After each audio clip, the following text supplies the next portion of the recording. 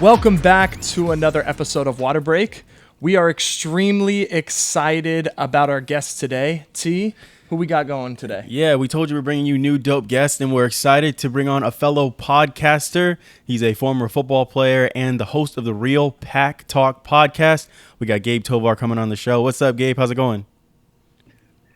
It's going great, guys. Thanks so much for having me on. I'm excited for this show. Yeah, for sure, bro. We're super excited. So we all knew each other in college. We went to college together. And then recently, it must have been a month ago. Yeah. T was like, we were talking about what guests we got to get on the show and things. And he was like, what about Gabe Tovar?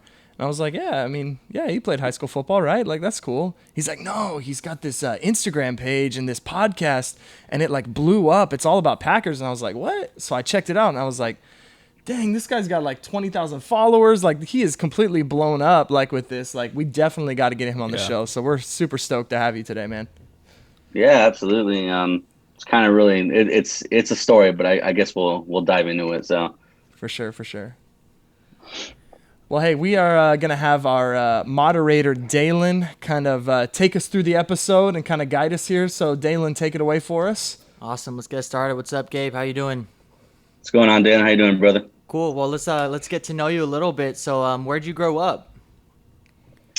So for me, grew up in the San Fernando Valley, a city called Canoga Park. It's the north end, it's about 50 miles or so northeast of downtown Los Angeles. It's actually the furthest area you could possibly get of LA County before you start hitting the Ventura County area. So Simi Valley, that area is just beyond us. But yeah, we grew up right here in the Valley, the West End. Love it. My whole family's actually from the Valley. So it was never an idea to leave it. It's home. It's pretty much home for us. For sure. Awesome. And you're a Laker and Dodger fan, correct? I just want to get that, kind of out there. Yeah. So, I'm actually really happy you're opening up with that to start the show, especially after last night. I love the Dodgers. I can't tell you the number of Dodger games I've been to in my life. A lot of historic ones, a lot of boring ones, a lot of blowouts, playoffs, World Series. I love my Dodgers. Lakers, I have to be honest with you guys. Growing up with three brothers, the other three dominated the basketball world. I kind of sat back. Obviously, I'm 28 years old. So as a kid, it was Kobe Bryant and then everyone else. So I'm not going to call myself a die-hard Laker fan, but I do, when I watch basketball, yeah, it's the purple and gold for me. And I don't care who's on it. It's always going to be the Lakers. So. But I don't claim to be like a know-it-all with that. But we can talk Dodgers all day if you want. But Lakers, yeah, I just want to put that out there. For sure. Sorry, Dalen, I had to interrupt you there and just get the little LA. Yeah. For us. At least he's honest about that. We kind of have to link that up. We need to link that up. I will say this much if it means anything. I was bummed about last night. That was just. I don't know. Do I even count that as a shot? Danny Green, I know, used to be once upon a time a hero in the playoffs. And I don't know what was going on with that. And then whatever that pass / shot, whatever the heck that was, I don't know. But yeah, Keith that Morris, was, Yeah. So for those watching, this is airing on Monday, and we're recording here on Saturday. So we're talking about Friday night's game. It was brutal. I was satisfied with that outcome. Me, a diehard Laker hater. I'm with you on that one. But Danny Green's a hero in my book for my Spurs. So, shout out to the Green Ranger. Okay. Tar Heels as well.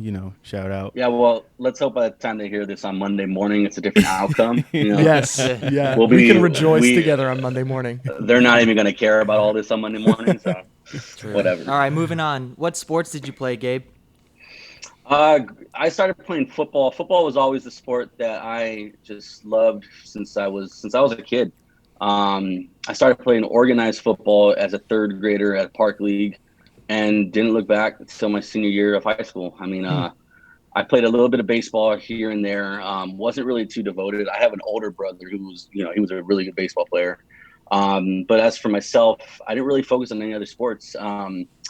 If we had, like, at my school, I went to a small private school, so we didn't have, the resources of a bigger school. So there was no wrestling team, track or whatever it may be. We just had the bare essentials. So football, basketball, baseball for the girls, it was softball, volleyball. So for me, it was football and baseball. And then once I hit about junior high, I was just, I just devoted I'm a bigger dude, so I feel like, okay, yeah, I'm just gonna go to what my body says. I'm a bigger dude. I'm a stronger dude, and just Throw your devote to weight around. football. Yeah, just kind of throw it around. So I started focusing, primarily on football, and that's really just kind of been my only love as far as sports goes. Just everything, For sure. reading it, studying it, watching film on it, playing it, whatever it may be. Just football was a sport that I played growing up, and it was definitely my first love when it comes to Yeah. sports. More on the offensive side or defensive? Uh, so as a high schooler, I had more success on offense. I was an all CIF. I played in the California All-Star game as an offensive lineman. But like I said, coming from a small school, you have to, you play both sides, and it just kind of sucked because I don't mean to pat myself on my back, but because I was good as a lineman, coaches never put me in as a defensive lineman, which is what I love. Like I love controlling the line. I love sacking the quarterback. I love putting moves. Like, a lot of these guys, Aaron Donald gets a lot of praise in the NFL for good reason. But when you actually watch what he does, it's just, I mean, all the moves he does, all the techniques he has, it's just like, when I was a kid, I used to love to put those in practice and try to see if, hey, if he can do it, maybe I can do it. Obviously he's way more athletic than I'll ever be, but defensive side of the ball for me was what I love to do. But unfortunately, because I was better at one thing that I didn't like at all, they stuck with me more on that side. So, How much were you in coach's ear about throwing a pass out to you? Just giving you a little love on the O line. that's actually a funny story. Since freshman year, I begged them, like, hey, and when am I going to get a catch? I mean, offensive linemen do all the work that doesn't go, like no one's writing in the papers about how great I blocked on Friday or Saturday night. They're all going to be talking about the quarterback did this and quarterback completed 95% of his passes. Yeah, well, quarterback did, he doesn't do that unless he has good offensive linemen. So since freshman year, I was in his ear like all the time in practice and in the middle of games when I probably shouldn't have been. But it wasn't until my senior year. To be fair, it wasn't a touchdown pass. It was a touchdown pass, but it wasn't a touchdown. It wasn't recorded as one, at least. It was a 2-point. But I did catch the ball, so I can say in my career I'm 1 for 1 with a catch and a score. So that's all that matters to me. Wow. You're automatic, 100%. And you were unstoppable. That's what you can tell. I mean, as far as the stats say, if stats mean anything to anybody, yeah, I'm 1 for 1, 100%. So you can tell your grandkids, you can call me 100. There was a point in your grandpa's life where he was 1 for 1 in high school, unstoppable. So yes, no one could touch I'll take that to the grave. I'll take that to the grave with me. That's so funny. Well, since football is your first love, who are some football players you idolized growing up? I mean, the obvious one, Brett Favre. Shout out to Brett Favre, by the way. Today, he turns 51. It's a birthday for Brett Favre, so make sure you boys get out and celebrate. Nice. Get him a pair of Wranglers. Yeah, right. He was definitely, I said earlier, growing up as a kid when I started, watching sports and paying attention to sports, Brett Favre was the freaking man. Coming out of the late 90s, Brett Favre was coming off MVPs. He was coming off Super Bowl appearances, the Super Bowl championship. So when I started watching football early 2000s, Brett Favre was the man. And it wasn't even a question who my favorite player in the NFL was. I had jerseys as a kid. I still have those same ones. I would also say Ray Lewis. I mean, I don't have to explain Ray, his play is just ridiculous. Early 2000s again. The 2002, the Ravens had some would say it's the best defense of all time. I think they shut out 6 teams that year. They allowed an average of 10 points a week, and it was all led by Ray Lewis. So watching Ray Lewis do it on one side of the ball and Brett Favre do it on the other side, and they're just doing it. They're having fun. They're passionate. I would honestly say those two were just my favorite players growing up as a kid. And just fun to watch. It's fun to watch them enjoy the game and just be kids. They're grown men, but they're out there having fun as if they're 10, 12 years old. So yeah, I loved it. I loved it. What was your favorite Brett Favre moment? I know for me, the Raiders game Monday night, after his dad passed away.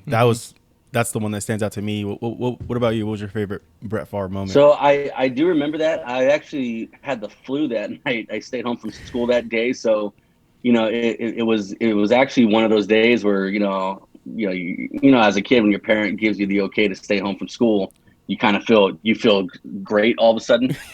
And just knowing that the Packers were playing tonight, we're going tonight, it was even better. But I remember watching that game. That game was definitely a memorable one. It's definitely up there as one of my favorite moments. But I think probably my favorite moment, not really game, but my favorite moment was 07 against who's the Seahawks. I think it was 07. I may have the year wrong about that, but it started to snow about halfway through. There was a moment in the game where Brett Favre was scrambling. He was scrambling out to his right. He was tripped up, and in classic Brett Favre type style of play, he's tripping, he's falling, the snow is causing him to slip, and he just shuffles the ball in. I mean, just something that your coaches as a third grader teach you not to do. It's just classic Brett Favre though. He was tripping up and he shuffles it through, I believe it was to Ryan Grant, and it was scored for a touchdown. And that was actually the touchdown that gave us enough momentum to win the game and advance. And that's probably my favorite moment because I just remember watching that and just kind of thinking to myself, like, he just does it all. Like the stuff that you're not supposed to do, he's out there doing it and he's succeeding. But then if someone else tries to do those same things, they wouldn't succeed. So, I mean, it's just that's probably my favorite moment, just watching. And it's a small moment. It's not even in a big time game. But that was kind of when I realized, like, this dude he's just my favorite player to watch just because how wild he is, just a gunslinger. Yeah. One thing about players like that is I feel like it's so sad almost. You appreciate them more when they're gone, right? Specifically if you're not a fan of that specific team, So Yeah.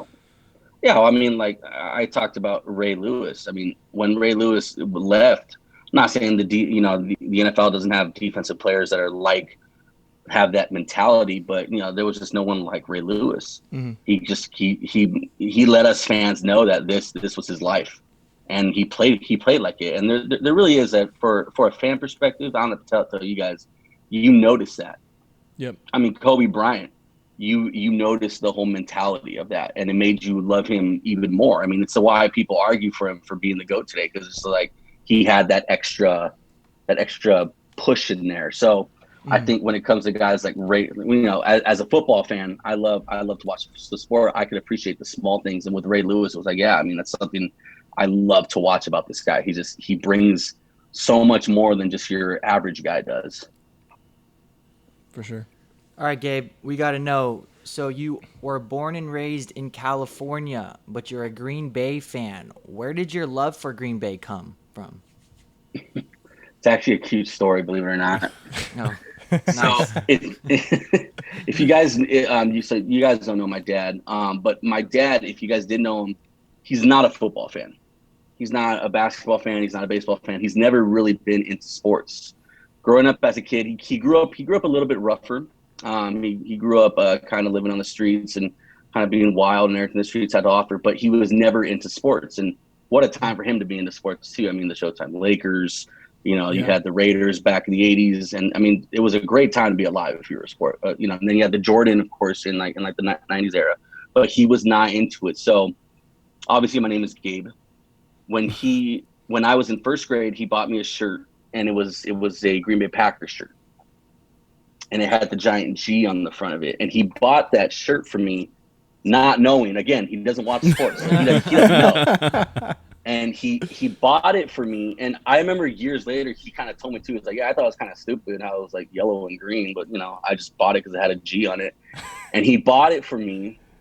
And I used to wear it like every day, like as a kid. And I think I was younger than first grade, actually. But I was at an age where I don't really know sports quite yet. You're not sitting down. You're not waiting for your team to play yet because you're still a little too young. But I wore that shirt almost every day. And over time, I started realizing, like, why is it green and yellow? And why is this G, And I started paying attention to it. And it's just like I said, around that time, I started watching the Packers, and Brett Favre was the man. And because I loved football and I loved Brett Favre's style of playing, it was just a love affair. I mean, I started wearing that shirt every day with a little bit more pride, and from then on, the rest is history. Here we are today. So You're that's right. really That how is a the cute story. There you have it, folks. that's how the Packer thing started. So it's a cute little story between father and son, but I don't think father knew what he made in son. That's what makes it great. Is he had absolutely no idea what he was buying you. He's not. Yeah, he's not a football fan, and like it was funny because we had a conversation years later, and he was just like, I didn't even know what that was. I just thought it was cool because it had a giant G on it. And I was like, yeah, I guess. I mean, if you're not a sports fan, I guess that's pretty cool. Have you converted him over to a Packers fan now, or does he still not care? No, Papa Tovar is still the same guy today as he was 25 years ago. I mean, into the same music, cruising the same cars, same hobbies. He doesn't change. He'll sit every once in a while. He'll catch a Dodger game. He used to take us to those games actually as kids, because he knew we wanted to go. But yeah, he's still the same kickback, laid back Tovar he is today. So that's awesome. There's no converting him. I feel you on that. The Packers thing. That's how I became a Broncos fan. Was playing Madden, I think 98 or 99. Those Elway years. Yeah, Terrell Davis was on the cover, and I was like, "Oh, we have the same name. I'm a Broncos fan now." There you go. Yeah. Not as cute as Gabe. Not as Gabe, but still a little tight. It's close though. Close. I mean, you have the whole Terrell thing, so it's kind of personal. So, I mean, that's how it went, and that's the story. That's awesome. Okay. All right, cool, Gabe. yeah. Well, to finish off this first segment, I'm going to give you 3 names. You are going to start one, bench one, and cut one. Are you ready? I guess. Here we go. I always hate playing this game because I always feel like I'm stupid at the end of it. You'll love this All one. right, go ahead. Bart Starr, Brett Favre, Aaron Rodgers. I got to start one, bench one, and cut one? Yep. Okay, so automatically I'm going to bench Bart Starr, and there's no disrespect on that. We called that one. Let's just be real. I didn't watch Bart Starr. I don't know. The game was different than it was 50 years ago. I have a buddy who argues for the old school football players versus today and whether or not their record should stand. I always tell him, like, dude, put those guys that are smoking a cigarette during halftime and all that on the field today. Our practice squad guys are in better shape than these guys. So automatically, Bart Starr, he is. Did I say bench? I actually meant cut. I'm cutting him. I don't even want to give him a chance. When it comes to Brett Favre and Aaron Rodgers, so that one's stupid tough. I probably, like I said, I love mechanics. I love the fundamentals of football. What I see out of Aaron Rodgers, I mean, maybe it's because I actually grew up more of a football fan when he was coming in versus Brett Favre. I caught him in the middle of his career. I would honestly say I would have benched Brett Favre, but I'd start Aaron Rodgers. I mean, just the mechanics are flawless on him. The way, just the small things are the things that catch my eye about Aaron Rodgers. I mean, I post on my personal page almost every week of him just throwing a football, and it gets on people's nerves. But I'll post because the Packers always load a video of him throwing like right before the game starts, and I always put it on my personal page. People get so annoyed, like the way this man just throws a football, it's just so exciting. Like it's just he does everything right, and a flick of the wrist, and just I love it. So yeah, I would definitely start Aaron Rodgers. I mean, I was surprised by that.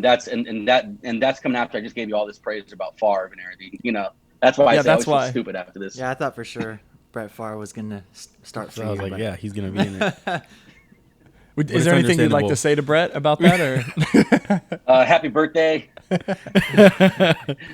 You're a Hall of Fame in my book. I don't know. I don't know what else to say. I mean, I'm sorry, Brett. I love you, man. Please respond to my DMs. That's funny. We also talk a little bit of movies on here. What's your favorite all-time football movie? Well, I mean, I just quoted it right now.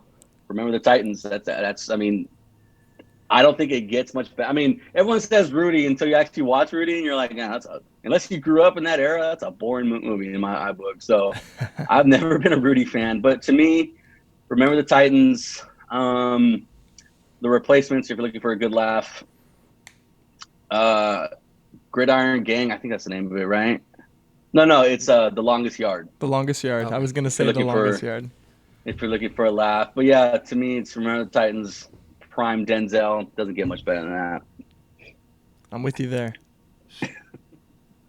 All right, well, we're going to move Well, into kind of the next block of the show, and we're going to talk about your show, really, the foundation of the Real Pack Talk, and just want to jump in a little bit there. So, Dalen, take it away.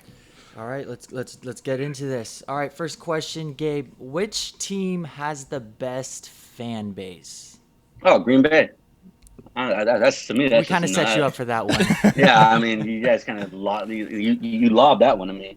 I mean, Green Bay and I've been to Green Bay. I can't even tell you the number of times. And knowing that they're a small market, Green Bay is a city of just a little over 100,000 people versus, Dallas, Atlanta. You have New York. You have LA now. I mean, all these markets that are just much larger than Green Bay's, and you see the passion. And Green Bay has kind of stood the test of time when it comes to the existence of the NFL. I mean, as long as the NFL has been around, the Packers have been around a lot longer than them, actually. And just knowing that they're still here, they're still successful, they're still, generating fans every year. And if you go to Green Bay, it's just like I said, there's no skyscrapers. It's just a neighborhood. Mm-hmm. I mean, and you go there and you see the passion. I've been to NFL games, I've been to sporting events, I've been to World Series, I've been to NBA games, and nothing changes as far as like the fandom. I mean, it's alive and well. When you pull into the city of Green Bay, they have Packer G's on the side of the highways. Their fire hydrants are green and yellow. I mean, just everything about the city just bleeds just sports and their team. So I go, and that's just something I can appreciate. I mean, just the best fans in the world in my mind. What would you say to Seattle fans? Because I think they would like to claim that they have the best fan base. Well, knowing that Seattle fans are about 5 years old about now, there's not really much I could say to them that's going to help them understand. I know one of you guys is a Seattle fan, so I'm sorry, but no, none of us. Because I know probably since 2012 or 2013 or so, I started seeing all these Seattle fans around the world. So I mean, I don't know where the 12th man came from, but he must have just signed with the team. But I don't know. That's my opinion. They popped out of nowhere, man. I guess so. That's funny. All right, well, take us behind the scenes of what led you to start the fan page. I mean, you see all the time on Instagram all these fan pages, and they have, like 100 followers or 200 followers. You've got a pretty decent following. So let us know, talk to us about how that kind of came to be. I mean, honestly, I think if you have a passion for anything, you're going to dive into it. You're going to make it everything, it could actually be. And when it came to the fan page, it was just, I started it one night in 2017 where I was just bored, and I was thinking about the Packers. I remember none of my brothers were home, and I was by myself, and I was like, man, I really wish I could talk football. Like at this moment, I wish I could talk with somebody about like the Packers. And I was following this one sports fan page, and you don't really talk to people on there. People on the internet, they're just trolls kind of these days. You can't really have a conversation. So I just thought, why don't I just start my own page? And it's just like you said, even if it's 100 or 200 people, whatever, we could have a conversation with that. And as I started it, I started noticing that, okay, I'm actually picking up a lot of people here. And then I started having the conversations. Like if you actually go back on the page, one of my first posts was me actually kind of being like a troublemaker, where I asked a question like, is Aaron Rodgers' career being wasted in Green Bay, knowing that they don't give him all this talent? And deep down inside, I knew what the question or I knew what the answer was. But I wanted to ask because I thought, okay, you're going to get people like this. It's in the middle of the season, or it's in the middle of the off season. You're coming off the NFL draft from that point. After the NFL draft, there's kind of really nothing going on in the NFL world until you hit preseason. So it really was the most boring time to start a page. But again, it was all about having a conversation. So if you could come up with a topic or two, even though you might know the answer, it's not about you knowing the answer. It's about getting people out there to try to answer it. So a lot of my posts in the beginning were just about reeling people in, getting people excited, getting people upset. And most of the time, it's the people that you get mad that stay with you. So I have followers now that have been followers of mine 2-3 years, and they hate my guts, but they continue to follow, they continue to comment, they continue to like, they continue to ask questions. And that's really how it started. Just me wanting to have a conversation about the Packers, and knowing that I'm from LA, we don't have Packer fans out here. I'm pretty much the guy that covers them. So there's nothing, that's how the page started, and it just picked up from there. The conversations just started to flow. The content I was pushing out, I know it's not ESPN quality, but it was just content that I was pushing out there to get conversation going, and eventually it just took over. And then once the season got started, that first year, it was over, because then we have something to talk about just about every day now, and people know me, and people know I'm gonna kind of push buttons, and I'm gonna ask questions, and from there on, just the rest is history. It just that's how it got started. That's dope. Well, hopefully Instagram picks up on that and gives you that blue check mark and verifies you. I've asked about 1 billion times, brother. I'm hoping it happens. Soon. Well, you've told us your favorite Packers game, but what's the best game that you've actually been to? Is this just NFL or sports in general?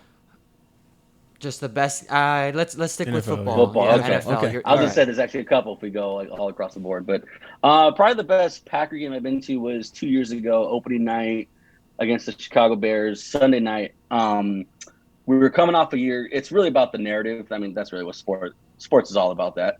And it was coming off the year, Aaron Rodgers not being there. The Packers weren't a good team. They didn't make the playoffs. And Aaron Rodgers, he returns. And it's week 1, and Packer fans, we've been all off season, we had to hear that we weren't good, and the Bears division now, and blah, blah, blah. And here's Aaron Rodgers, and he's playing. It's like, okay, we're back. And then the second quarter, he goes down, gets carted off the field, goes to the locker room. I got to tell you, it's a part of it being the greatest game I've ever been to, because the feeling in that small space that I was in was just devastating when we saw the card come out. And then I even know there was a group in front of us. They all left, and I can remember thinking like, man, I backed you guys up on that podcast that one time, man. You guys got to stay, and they all took off, and it really kind of sucked, and it was just dead. And I sat there, and Aaron Rodgers isn't playing, and we put our backup in, who blew the game, and Khalil Mack looked like an all-star against us that night. And then Aaron Rodgers came back in the fourth. No, he came back in the third, and took us out of a 20-point. I think we were down by 20 points. Caught us all the way back up. We won on one of the final plays of the game, and we went home. But it was just, again, the atmosphere it was what makes it just incredible. And being that we got the mix one that night of devastation, your star players out again, you're going up against the Chicago Bears. It's Sunday Night Football, so this is the only game the nation is watching right now. It's week 1, so people are watching, because it's football's back, and just being there, it sucked for like an hour, and then after it, just watching Aaron Rodgers go out there, throwing 2 touchdown passes, getting us the lead, getting us the victory. Defense goes out there and makes the final stand. I had no voice for the next week. It was the best football game I've ever been to. It was that much fun.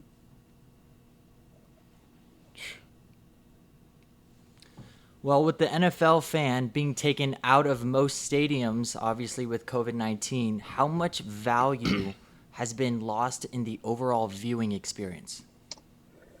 I think the NFL was, as far as COVID timing, the NFL had the most to benefit off of, because you saw what the NBA did. Bravo to the NBA. They did a fantastic job. The bubble didn't sound fun. I mean, you guys are just gonna play up. You guys are just gonna play in like a random gym, and that's it. But seeing what the NBA did in the meantime, while the NFL wasn't scheduled to start, the NFL had a lot to benefit off them. Then you saw baseball. They were about to start, and they had to postpone their season, and they came back with no fans. And at first, I'm not gonna lie, at first it was a little weird, and then you kind of just get used to it, just knowing that, well, if you saw these guys at a random park somewhere, you wouldn't care who's actually around. You would sit there and watch the entire time. So football, I don't think it's lost value as far as the fans not being there. I think it's given us a different perspective. Like, I don't think it's by accident the NFL is scoring more points now than it has in recent years.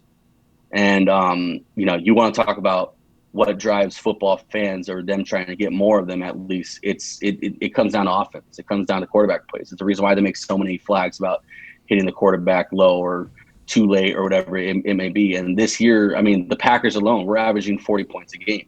I mean, that's bringing in attraction. That's, that's having new fans come. And I think that's, I don't think they lost value in having the fans gone. I think it's kind of adding to the game. Obviously, I don't want it to be a permanent thing, but when losing value, I think is a bad way to say it. I think they found a new way to make it work. Just like the NBA, they didn't lose value necessarily in it, unless you want to go political. I don't ever talk, the whole political stance of it, but the NBA has done a fantastic job of keeping its fan base exactly where they're at before COVID hit. And I think the NFL had the most benefit off that, watching the NBA do it first, and then watching the MLB kind of perfect it a little bit. And then the NFL says, well, we saw how someone started it. We saw how someone perfected it. Now let's just get it. Now let's just copycat. Let's just get it right. And as far as the bubble in the NFL, I don't think that's realistic. 53 guys on a roster plus 12 guys on the practice squad, plus, your head coach, your OC, your DC, your offensive line coach, your defensive line. I mean, there's too many people to put in a bubble. I think, the NFL is doing it right. I think I know we're going to dive into this. I'm not sure when, but I know that what they're doing right now, as far as the rules go, I think they're doing it right. So again, I don't think value's lost. I just think they found a new way to make it work. And at least in my mind, it is working. Yeah. I think it's true what you said too. I mean, the casual fan wants high volume offense. I mean, for someone like you who is a completely dedicated NFL fan, you can find huge enjoyment in the success on defense. Oh, yeah. But for a casual fan, they want that high volume offense. Yeah. And I think you're right. That's kind of push that and help that for them. Well, yeah. I mean, you look at Patrick Mahomes. I mean, if you even touch Patrick Mahomes, if he goes down for a slide, the NFL is going to throw, they're going to throw the law at you. Because, I mean, that's what people want to see. People don't want to see LeBron James play defense. They want to see LeBron James dunking on people. That's just a sport thing, and it's the same in baseball. When we talk about the Dodgers, we became a home run team, and that's what people wanted to see. They want to see the big offensive plays. So, again, when it comes to having no fans, we played against the Saints a couple weeks back, and the Saints are known for having a loud arena. I mean, they have a dome. They're just like the 12th man. They're very loud. And Aaron Rodgers just went in there and was able to hard count the entire night, and was able to drop, I believe he dropped 37. And that's never happened. I'm not saying he's not capable of actually doing that against them, but it's harder to do it in a dome where fans are screaming and you can't even, your center can't even hear you. I mean, so what makes you think the wideouts can hear you and this and that? So I think it's definitely adding, yeah. I feel like it would make the game more interesting if they turned up the volume to that level, like in those arenas. Like if you could get to that level, crank it up that way you can't hear it, because then it actually, I feel like that's the biggest part of home field advantage is the fans. Like, I feel like it's just not there, especially when you hear analysts talk like, oh, they're going on the road to this place. Like, well, there's no one there. Yeah, right. Like, playing in Seattle with zero fans, and you're just hoping it doesn't rain. Pretty much turning up the volume for scenario football, let's say 3rd and long, or big 2-point conversion, or chanting defense when you're on defense, but then there's a slippery slope, because how loud is too loud?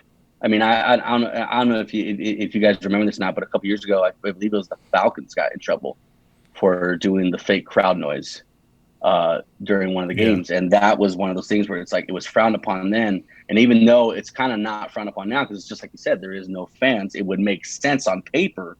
But at some point, it's like, okay, it doesn't ever get this loud right now, and it is. So I think it has more potential to hurt the game, because let's say some quarterback goes out there and he can't hear his offensive lineman. They get a flag, they lose time possession, they ultimately lose the game because they couldn't get the playoff because the noise was cranked up at a level that not even the fans being there are able to get it up to. Now we're talking about, well, we lost the game based on a technical problem. I mean, I rather lose a game, or I rather be beaten with no fans than win a game because I'd have help from the guys in the sound booth. You know what I mean? So it's just, to me, it's it's a slippery slope to do that. I get it on paper, it sounds great, but I don't think it's definitely gonna fall. It's definitely gonna it's gonna fall through the cracks at some point in the year if you do that. Do you feel the ball was dropped as far as allowing fans to attend games in person? I don't. Every team has their own opinion. It's hard not to. I do my very best to not bring politics into sports, even though it's kind of hard. Players could have their viewpoints on things. They'll wear the shirts. They'll kneel. That's obviously the big one. And it's hard to not bring it in. But I mean, every state is different.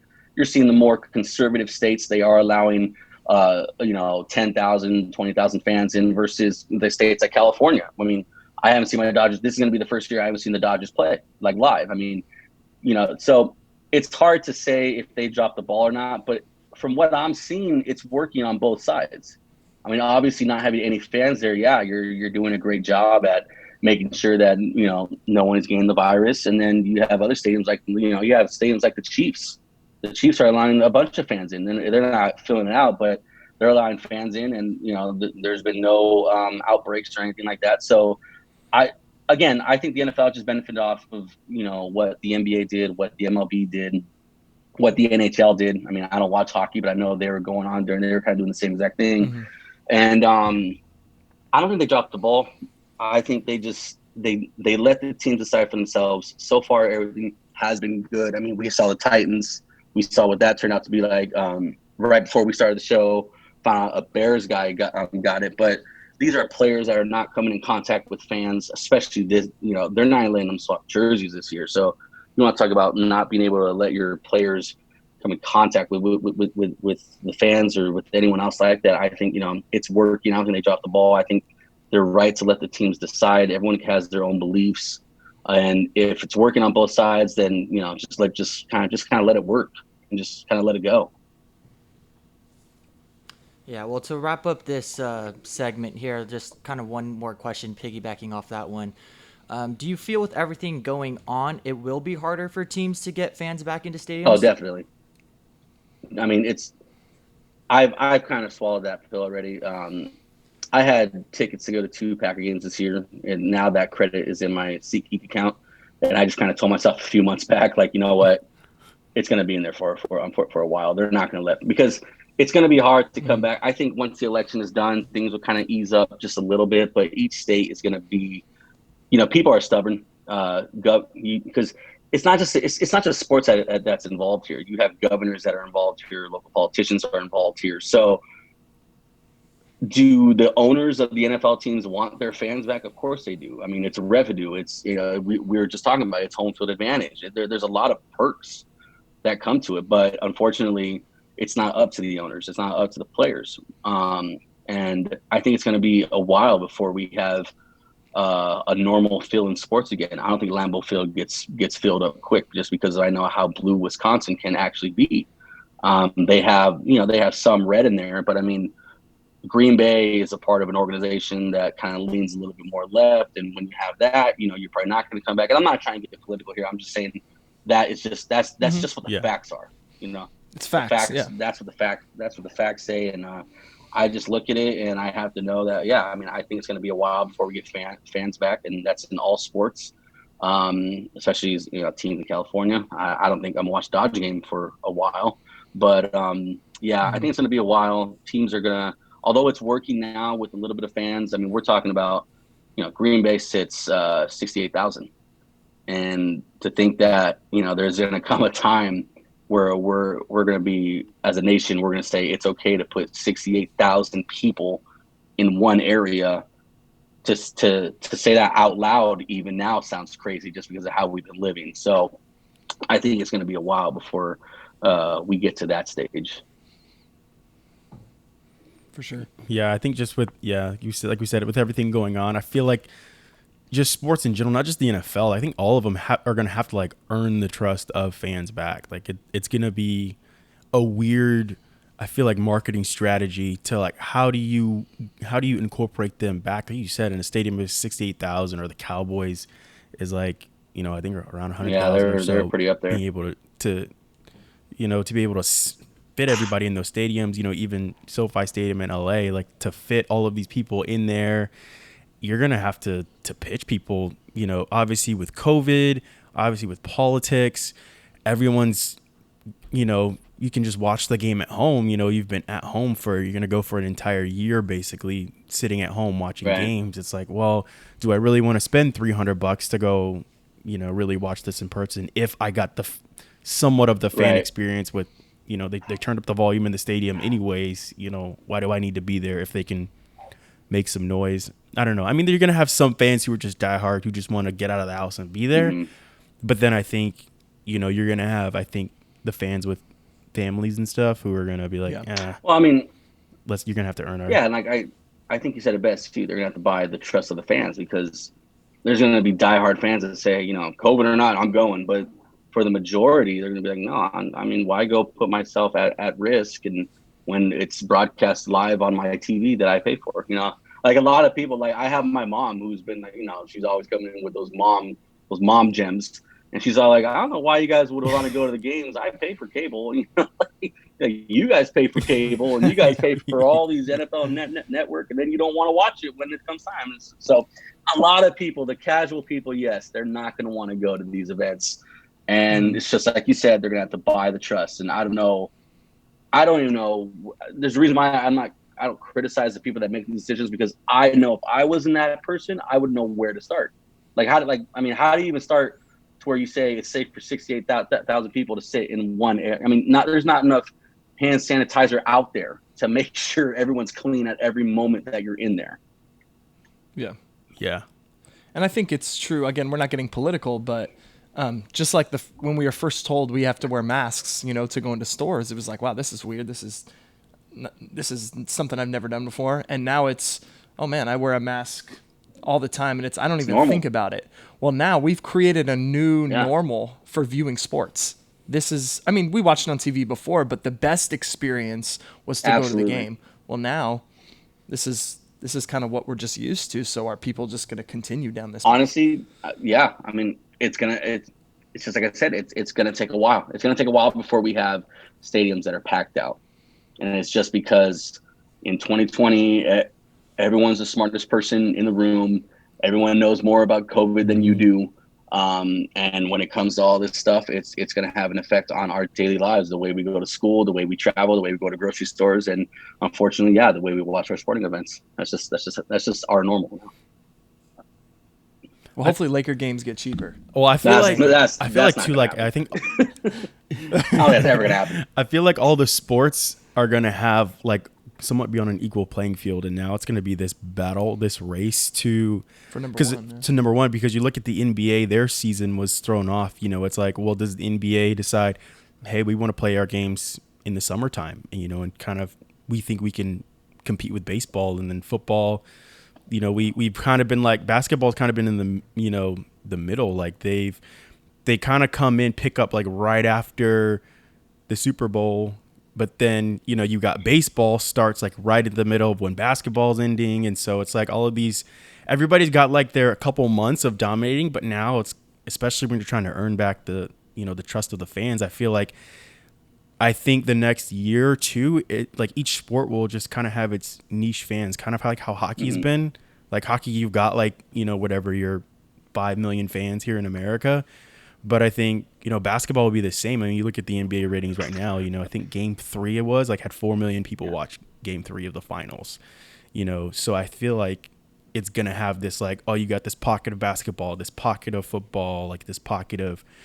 And so now it's going to be how do we really market and brand and grow to be number one? I feel it's going to be interesting couple of years. I'm never going to complain when the Packers play on Monday night and the Dodgers play tomorrow night in the playoffs and the Lakers are in the finals in 1 week. As a fan, I'll never complain about that.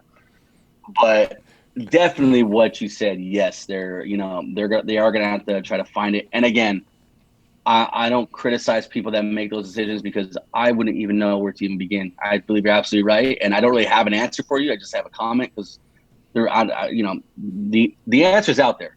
I will say there is some solution out there that's going to work for all the sports. I don't watch hockey, but I know, didn't that just come to a close too, a week ago or so?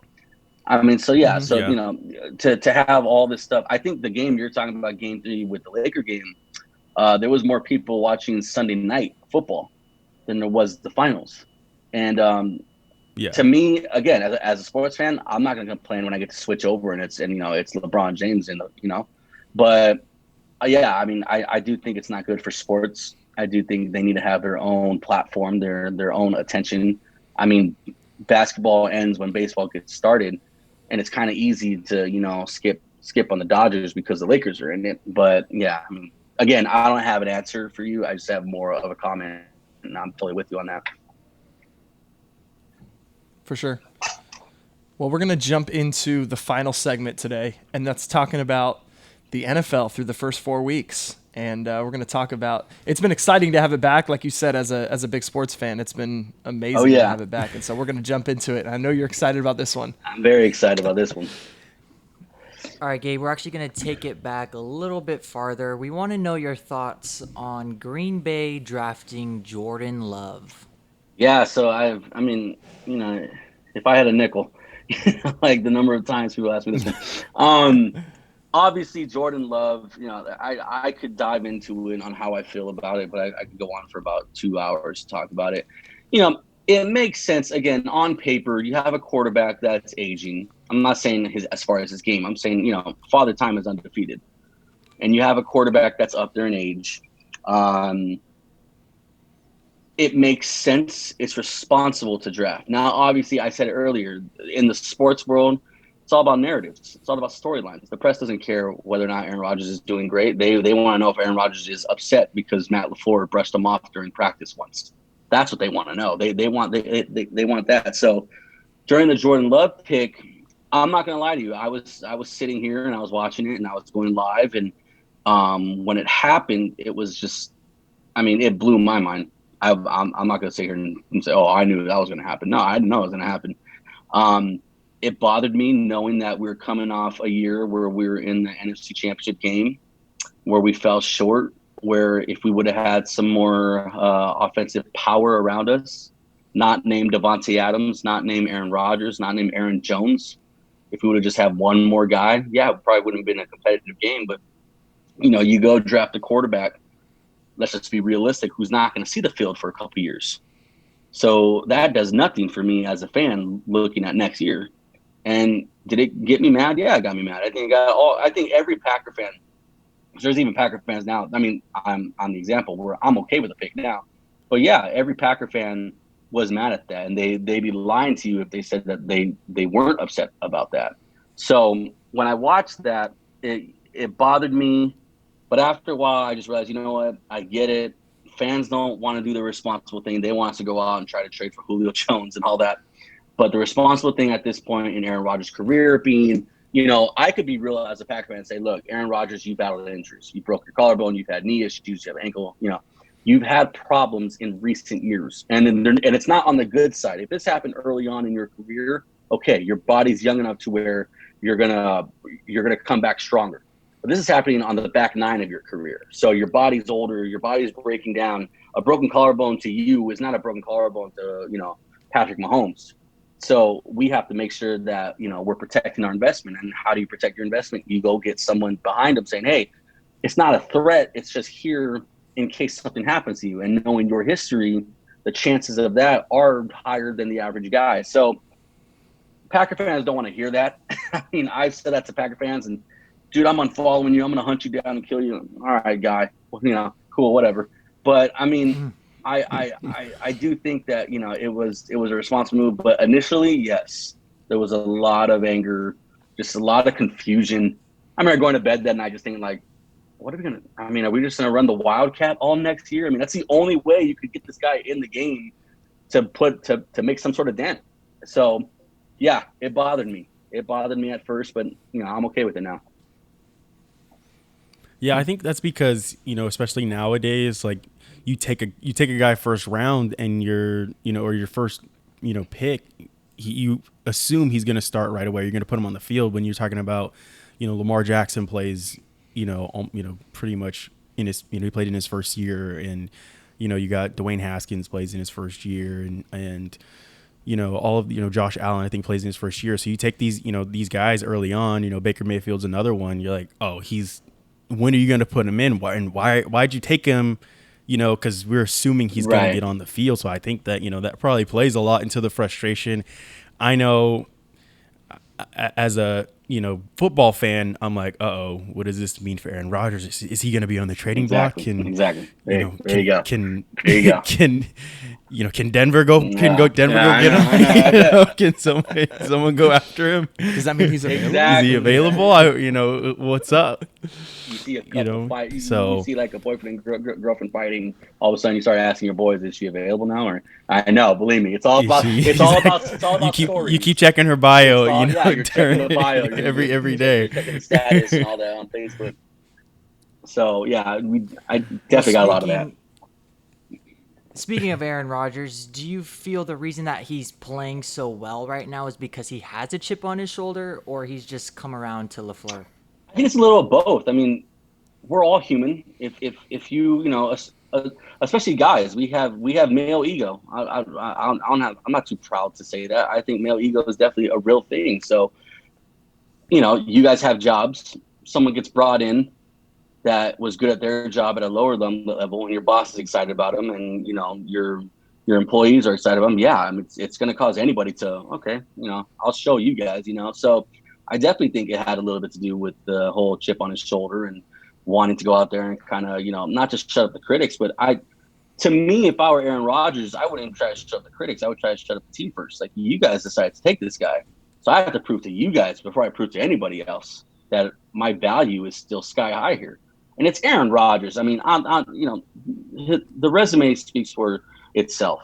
There's nothing really that says that his job is threatened or anything like that. But again, you bring up, I mean, especially as a Packer fan, we saw this when Aaron Rodgers was drafted. We saw Brett Favre. Yeah. And it was all too familiar. It was all too close for comfort, thinking like, oh crap, like, are we going to lose him to the Chicago Bears or something like that? Like, is this about to happen? But yeah, I mean, we as Packer fans saw that a few years back, and I think Brett Favre and Aaron Rodgers were about the same age. I think they were 37 when Aaron Rodgers was drafted. Brett Favre was 37. Now, I believe I may have that wrong, but I believe when Jordan Love was drafted this year, Aaron Rodgers is 37 now. So, again, on paper, it looks scary, but I think Aaron Rodgers, yes, he's playing well because you have that guy behind him, and Matt LaFleur, definitely. Year one of a playbook, you go 13-3. Offense doesn't look quite as sharp. Like, we went 13-3 last year, but I'm not going to say we were a dominant. Like, obviously, you saw what a real 13-3, not exactly that record, but you saw what a real 13-3 team was in the 49ers versus the Packers last year. But coming off that year into year two, you're essentially bringing back the same roster on that offense, and the Packers are scoring the most points in the league. Aaron Rodgers, it sounds crazy, but he's competing up there with Russell Wilson. And knowing that Aaron Rodgers doesn't throw interceptions, even if he falls short as far as the touchdown count to Wilson, which I believe is going to happen, I think Russell Wilson will throw a lot more picks than he's actually going to throw. So knowing that Aaron Rodgers is in the MVP race, the team is scoring more, Matt LaFleur knew what he was doing. I tell everybody that everyone that says that, oh, you guys didn't draft a wideout. I think Matt LaFleur knew what he had in Allen Lazard. I think he knew what he had in MVS. I think he knew what he had in St. Brown. I think he knew what he had in all these guys. He knew what he had in Aaron Rodgers, in these young tight ends. He was, Packer fans were so used to Mike McCarthy having a 5 spread with Greg Jennings and James Jones and Jordy Nelson and Randall Cobb for years and years. And I think Matt LaFleur had to tell him, like, look, we're not that offense. We're not. Why get our aging quarterback out there in the pocket almost every play? You don't want Aaron Rodgers to get hit. You want to how you protect him? You go get a running back in the NFL draft.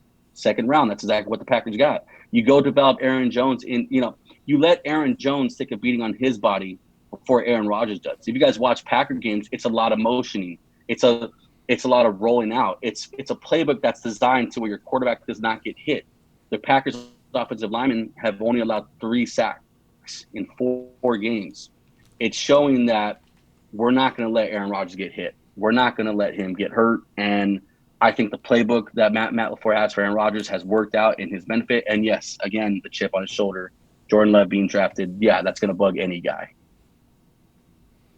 Yeah, I was gonna bring that up. You mentioned it earlier too, with it being the whole Brett Favre situation too, because I think wasn't Mike McCarthy coming in off of Mike Yeah. Sherman's tenure as the coach, and so it was kind of like this same situation. We got this new coach, you got the young quarterback, right behind him, but I feel like Brett Favre kind of played some of his best football. I think obviously we don't want to bring up '07. Throwing the interception to the Giants, but Thanks, man. he was still balling out, but he was still balling out. I Still think, sensitive. kind of the lead up, but the Packers did win the Super Bowl a couple years after Yeah, that. I mean, So, that's kind of the pattern we don't want to go in though, because Mike McCarthy steps in, your older quarterback plays well, but then doesn't end well, and then you get another quarterback and you win the Super Bowl a few years later. So, if history repeats itself, we have a Super Bowl coming up in a few years where Packer fans are going to pay the price for it. So I don't know. I don't know if that's going to happen or not. Yeah, well, you mentioned kind of father time and Aaron Rodgers and everything like that, and he's getting older. Is his window closing? And how quickly, I guess? I guess I sound like a super biased fan if I'm to say, well, I mean, whose window isn't closing, But in my mind, is his window closing? I think with Matt LaFleur coming in, kind of rejuvenating the offense, he's playing well again as far as the stat book is concerned. I don't see. I mean, there's definitely things that I see. He's not as fast as he used to be. If you look at his stats early on in his career, he used to rush for 300-400 yards a season. He's not doing that anymore for obvious reasons. I mean, that was in the spread offense where if there was nothing there, the opposing defense, all their DBs are back, so you had space to run. But there's obvious signs that I see that he doesn't have that he used to have, the running ability. I don't think he's lost anything as far as his arm goes. I mean, he's still zipping the ball around. His accuracy is still great. I think he's at 70% on the season right now, which is above average. It's a hard one to answer because, again, the new coach comes in, a new playbook comes in, it works. But what happens when defenses, like just with Mike McCarthy, what happens when a defense is around the NFL figure you out? I think that's when we'll be able to answer if his window is closing. If he can't adjust like he used to when he was younger for obvious reasons, if he can't adjust, then you could come back at me and I'll say, yeah, his window's closing because the athletic things he used to do 10 years ago are just absent now. And now that teams know what our offense is, which happens to every team, he has to ad-lib a little bit. And he was great early on in his career, but I think that's a question that can't be answered right now, just because, again, the playbook's fresh, the head coach is fresh, the wins are coming off right now. We're scoring the most points in the NFL.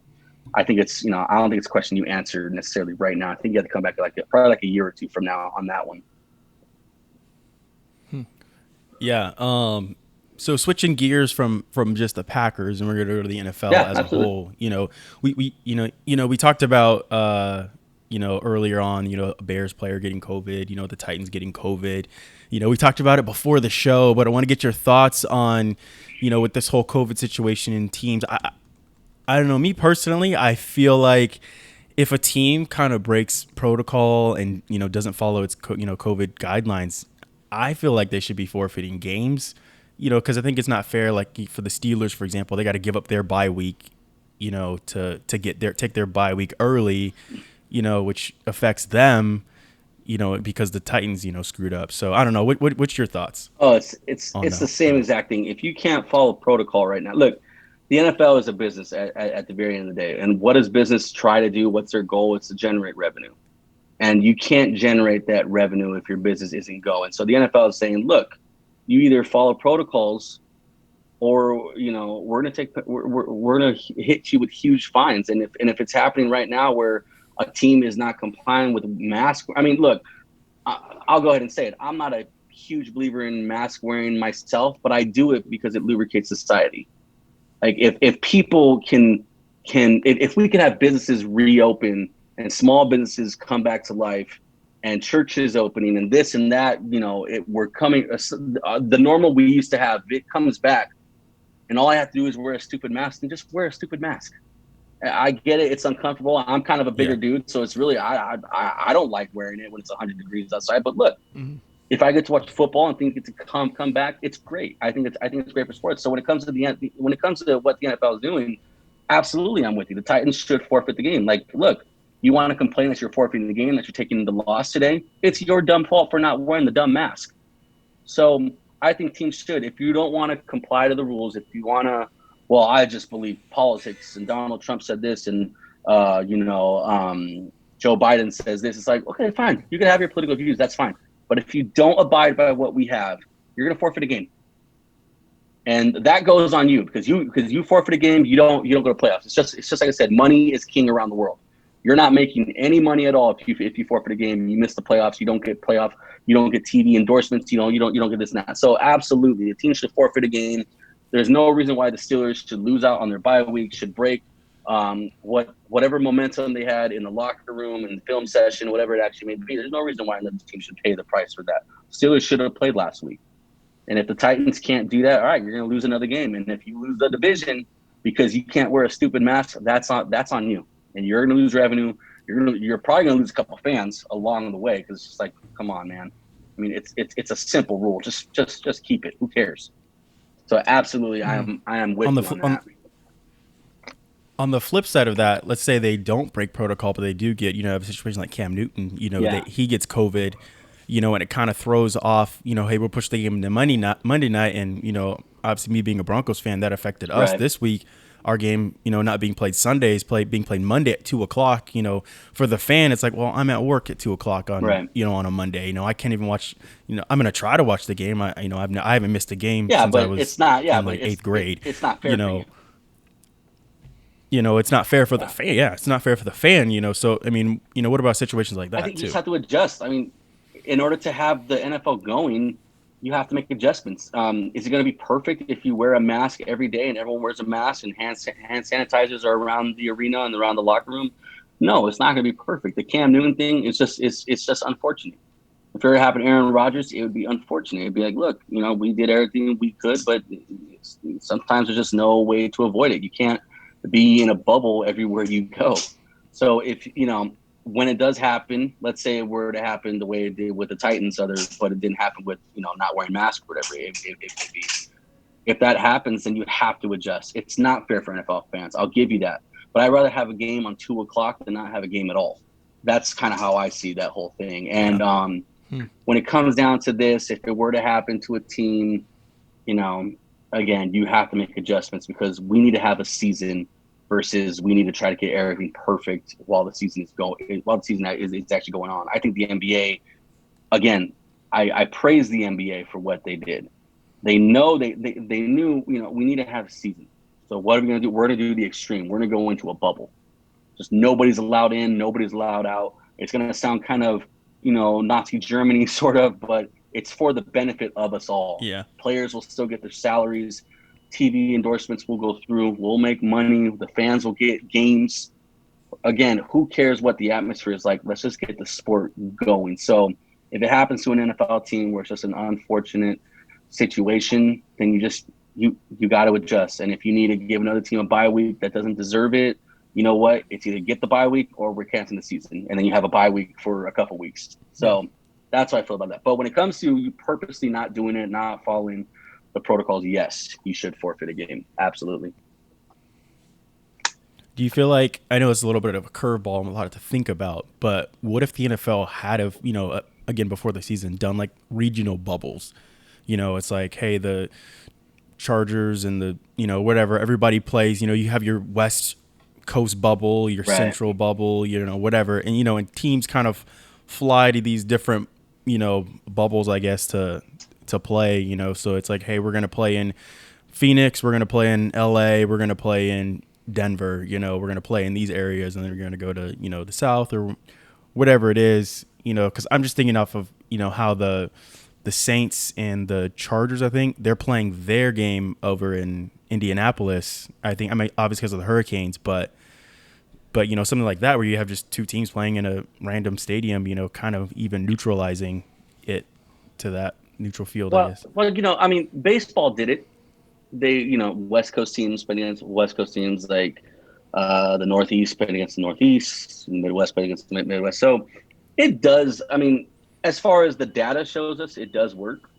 However, I don't see how it works because look at NBA bubble. It makes a lot more sense. You're literally in a space and you can't leave it, or can't you can't leave it. No one could come inside of it.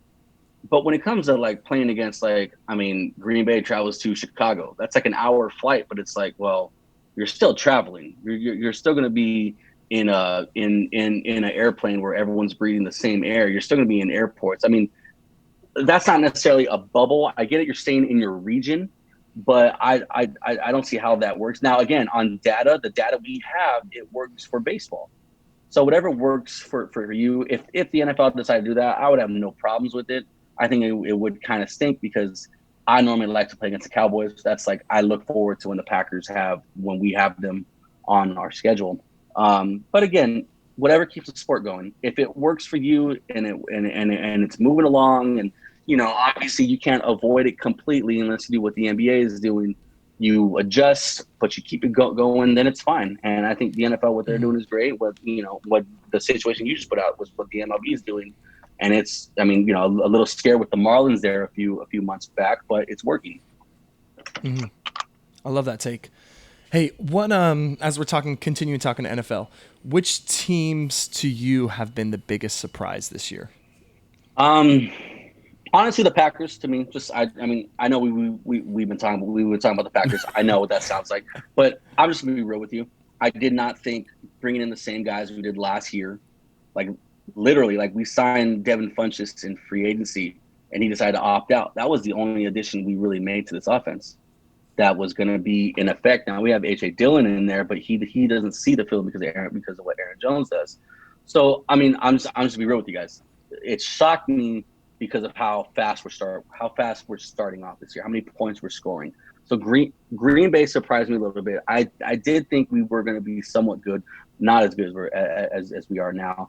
The Redskins there for like a moment, for just a moment. I mean, Chase Young, if you guys ever watch him play, I mean, he's 21 years old.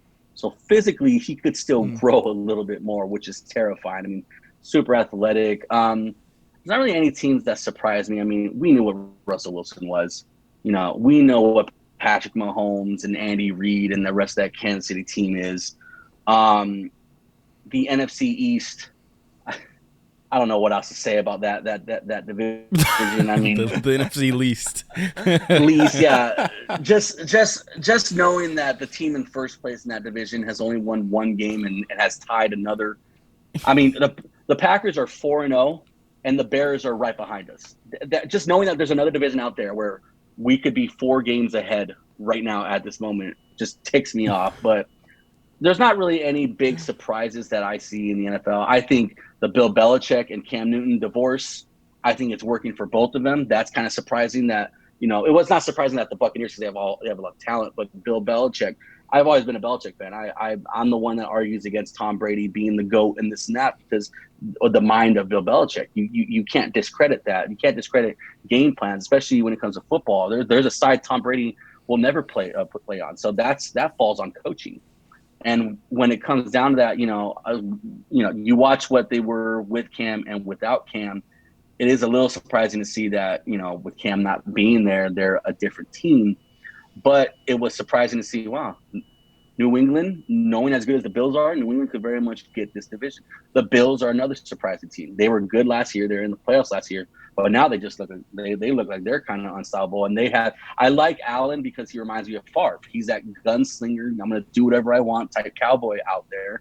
And it's just entertaining to watch. It's fun to watch. So not really too many surprises out there in the NFL, but what the NFL is doing right as far as on the field, it's fun to watch. It's just like I said, Russell Wilson, Patrick Mahomes, Aaron Rodgers. What's surprising, probably the most surprising thing this year is all the injuries. And I actually have a theory on that, but I'm not going to dive too deep into that. So, yeah, I feel like, to piggyback off your last statement, the injuries, I feel like this season's just a battle of attrition. Whatever team can survive to the end.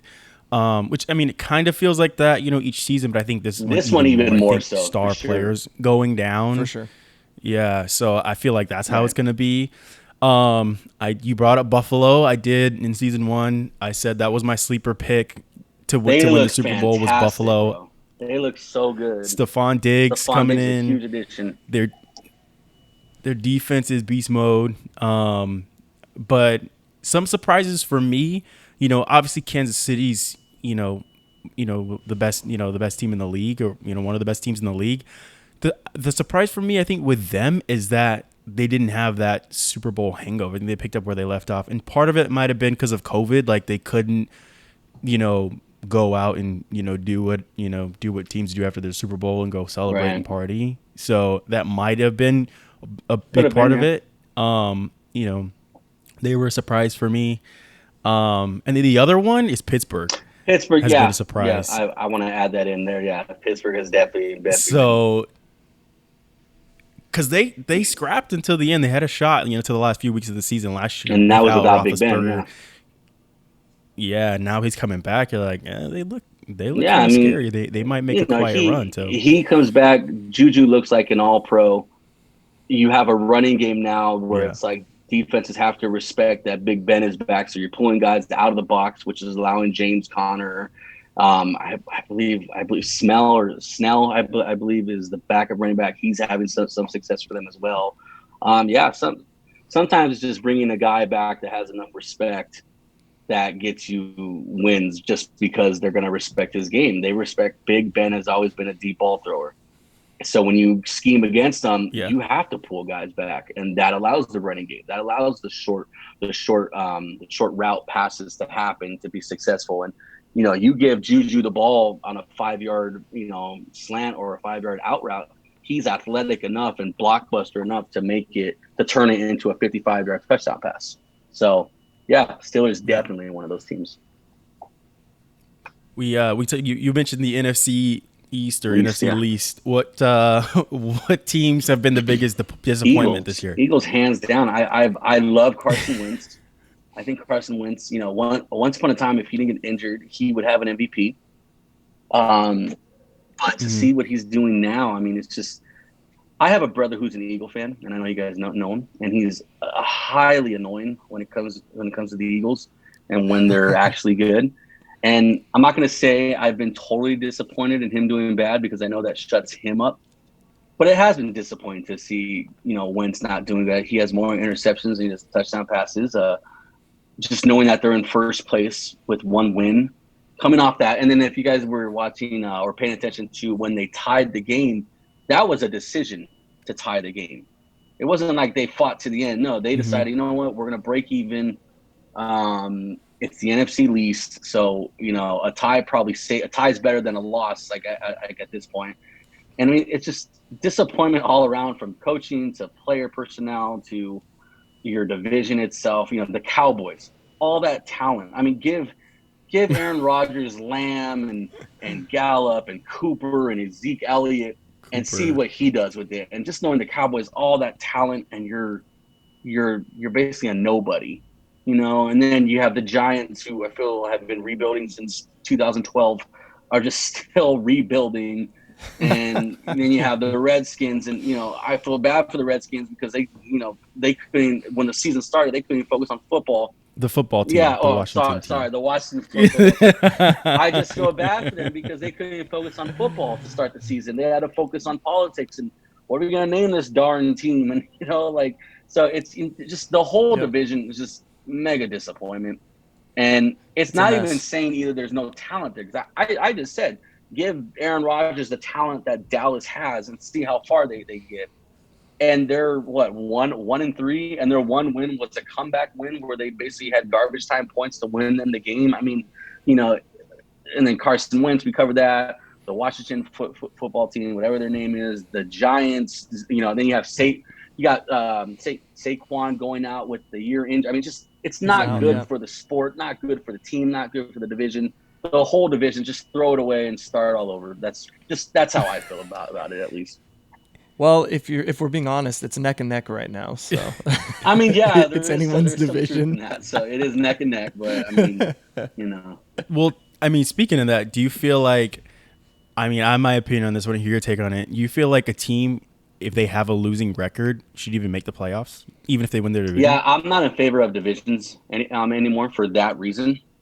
I know there's Cinderella stories that are out there. Like Green Bay, the year they won the Super Bowl, was a wild card team. We were a 6-seeded team. So, I mean, we had a winning record. We finished 10-6. But, you know, you watch Seattle a few years back getting into the playoffs at 7-9. Again, we wouldn't have that amazing Marshawn Lynch run. We wouldn't have that on film if it wasn't for that. But yeah, I think if you want to put the best teams out there, I'm not in favor of divisions anymore. I think there's a better way of putting it. I think college football, I don't think, to be honest, I don't think college football even has the right by basically judging who gets to go in. But I do know there are systems out there. You know, you can do top 12 or this year top 14 teams, top scoring teams. But the divisions, they are flawed. And once upon a time, it probably seemed like, you know, oh well, we'll never get to that scenario. Well, now it's happening like a lot more. And I don't know if it's just because we're becoming, you know, the league's getting faster, stronger, quicker, whatever it may be, more competitive.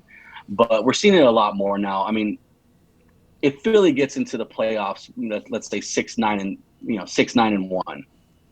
I mean, you know, the Chicago Bears are 3-1, might finish off at their season around 10-6, 11-5, knowing they won't be in there because that team is in. It's just, you know, it's not good for the sport. That's just, you know, I think there's a better system out there than the divisional system right now. For sure. I would have to agree with you on that. So we talked early in the episode about Belichick and Brady. I want to get your thoughts. Who's winning right now? I think it's a tie. Yeah, I was going to say, I don't think there's a clear-cut winner. I mean, maybe Belichick is winning one week and then Tom's winning the next. You know, time is also going to tell us, they're going to give us a better answer. But as of right now, I mean, again, if Cam doesn't get hurt, the Patriots are probably, you know, it's probably Bill right now. But then you have Tom Thursday night losing to Chicago, not knowing what down it was at the very end of the game. I mean, that's the kind of stuff that kind of frustrates me about that. And it's not taking anything away from Tom Brady. He's still Tom Brady at the end of the day. But right now, I don't think anyone's necessarily winning or losing in that divorce. I just think it's fun to watch. I mean, if you're not a Patriot fan, who doesn't want to see the Patriots just crumble and that dynasty crumble because you were just so sick of it for the last 20 years? Yeah. I kind of agree with you. You know, it'll be hard to see right now who's winning. I mean, if I were to say like right now, Belichick is winning that one, just because like you mentioned, you know, Tom Brady not knowing what down it is and him being frustrated with his offensive line. Yeah. You know, like you mentioned earlier with Aaron Rodgers being, you know, now protected, you know, with bringing in the running backs and, you know, their whole scheme changing. I think that's part of, you know, why Tom Brady had that whole longevity of being successful was New England's offensive line was stacked. The way they used their running backs and, you know, spreading out the field and all these different things to protect him. You look at now, Tampa Bay is just asking him drop back and, you know, throw the football to which all is of not these his game. weapons. I mean, that's why Bill Belichick, he had it. I said it about Aaron Rodgers earlier. Like, you want to protect your quarterback that's older and doesn't need to get hit. You got to get the running game going, whether that's running the ball or actually, the whole scat back scenario.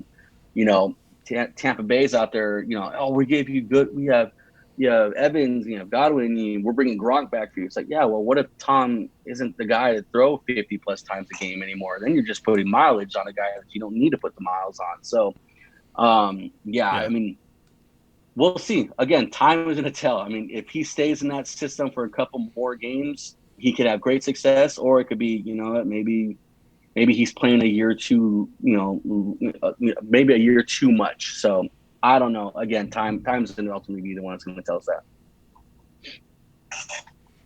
Who's your right now? Who's your pick for to win the Super Bowl? Who you got? Taking Green Bay, taking the bias out of it. Taking the bias out Everyone of it. on Green Bay gets COVID. They're not allowed to compete. Don't even say taking the bias. Realistically, So, who do you feel like? Realistically, it's Green Bay. I just want to put that out there. But if I were to look outside of Green Bay, Russell Wilson's play, you can't deny it. I mean, they're letting him do what he wants to do, and it's working. The only thing that worries me about Seattle is that their defense is just not good. Now, Russell Wilson is good enough, and as a Packer fan, I know this. Russell Wilson, your quarterback, is good enough to where your defense can be horrible and he can keep up as far as points. But again, as a Packer fan, I can tell you that doesn't always work. So I like Seattle. I like Seattle to go far. I think they would be a great Super Bowl pick to have. You can't ignore the Chiefs. I mean, it's just like you said, they're supposed to have the hangover. Didn't have the hangover. Looked good. The young running back that they got in the offseason looks to be a great piece to this already stacked offense. Tyreek Hill is still the fastest player in the world. So I definitely like the Chiefs. And Chiefs, Seahawks, trying to think of more teams that will be. I mean, that Super Bowl alone. I mean, I don't know if you could imagine Patrick Mahomes and Russell Wilson just going out there and slinging the ball every drive. The fireworks. Remember, there was a game like that where the Rams went to the Super Bowl and the Rams and Chiefs played on a Monday night and had to combine 100+ points, some ridiculous number like that. I mean, that'd be a fun one. But right now, Seattle Chiefs, I definitely see them as. I'm sure I'm missing one. I'm sure I am, but those two teams they definitely come to my head first. And the Packers, and the Packers, of course, yeah. Well, speaking of the Packers, as we kind of wrap up the show, we like to give our guests a little bit of a plug of what they're doing right now. So tell the listeners, tell the folks at home, a little bit about Real Pack Talk, what they can expect from the podcast and what they can expect from your page, and a little bit where to find you and stuff like that. So follow Real Pack Talk on Instagram. We are on YouTube as well. Actually, we just started with the podcast on YouTube. But follow the show. What you can expect out of it is just your opinions being heard. I won't ever claim to be someone that's great at edits or great at swapping jerseys on guys or anything like that. Real Pack Talk is all about opinions. It's about fan opinions, getting your voices heard, hearing it from an everyday fan that doesn't play politics, doesn't, am I biased? Of course I'm biased to some degree, but it's from a real fan giving his real perspective on the real events that are happening in the NFL, more specifically the Green Bay Packers, talking anything and everything Packers. So go follow on Instagram @_RealPackTalk_. Gabe, that's awesome. We appreciate you being here with us, It was fun. Seriously, it's been fun. Definitely. For sure. Well, we're going to have to get you on a future Get me on, episode. brother. And thank you, everyone, for listening. We appreciate you, and we'll catch you on the next episode of Water Break. Stay hydrated.